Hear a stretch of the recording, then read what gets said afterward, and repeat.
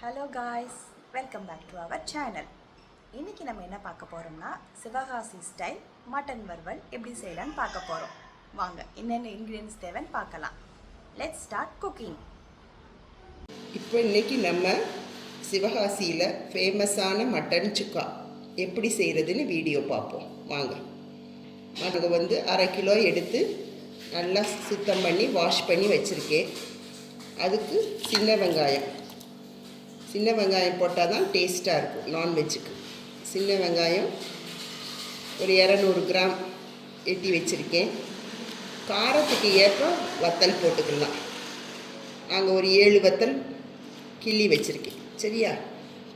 அடுத்து தேவையான அளவு தாளிக்கிறதுக்கு கடுகும் சீரகம் 1 ஸ்பூன் போடுவோம். கடுகு 1 ஸ்பூன், சீரகம் 1 ஸ்பூன். குக்கரை வச்சு குக்கரில் எண்ணெய் ஊற்றிட்டு நல்லெண்ணெய் தான் ஊற்றணும். நான்வெஜ்ஜுக்கு எல்லாமே நல்லெண்ணெய் தான் டேஸ்ட்டாக இருக்கும். நல்லெண்ணெய் காஞ்ச உடனே கடுகு 1 ஸ்பூன் போட்டுட்டு சீரகம் 1 ஸ்பூன் போட்டுட்டு பொரிஞ்ச உடனே வெட்டி வச்சுருக்கிற சின்ன வெங்காயத்தையும் வத்தலையும் போடணும். குக்கரில் எண்ணெய் காஞ்ச உடனே கடுகு 1 ஸ்பூன், சீரகம் 1 ஸ்பூன் போட்டு அது பொரிஞ்ச உடனே கட் பண்ணி வச்சுருக்கிற சின்ன வெங்காயம்,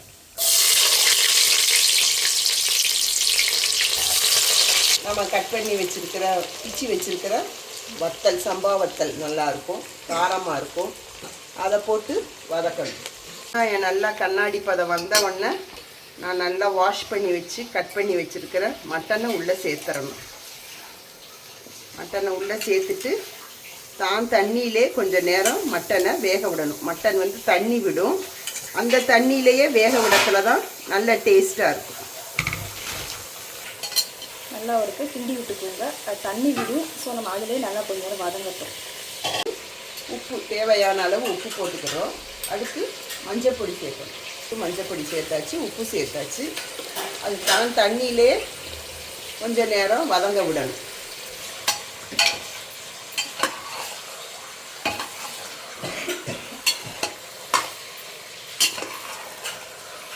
போட்டாச்சு. அடுத்து குக்கரை மூடி நம்ம விசில் வச்சுக்கலாம். 10 மினிட்ஸ் குக் பண்ணணும். இது நம்மளுடைய சிவகாசி ஸ்டைல் மட்டன் சுக்கா ரெடி ஆயிடுச்சு. பார்க்குறதுக்கே சூப்பராக இருக்குது. நம்ம டேஸ்ட் பண்ணி பார்க்கலாம். இப்போ பார்த்தீங்கன்னா நம்மளோட மட்டன் சுக்கா ரெடி ஆயிடுச்சு. வாங்க அது எப்படி இருக்குன்னு டேஸ்ட் பண்ணலாம்.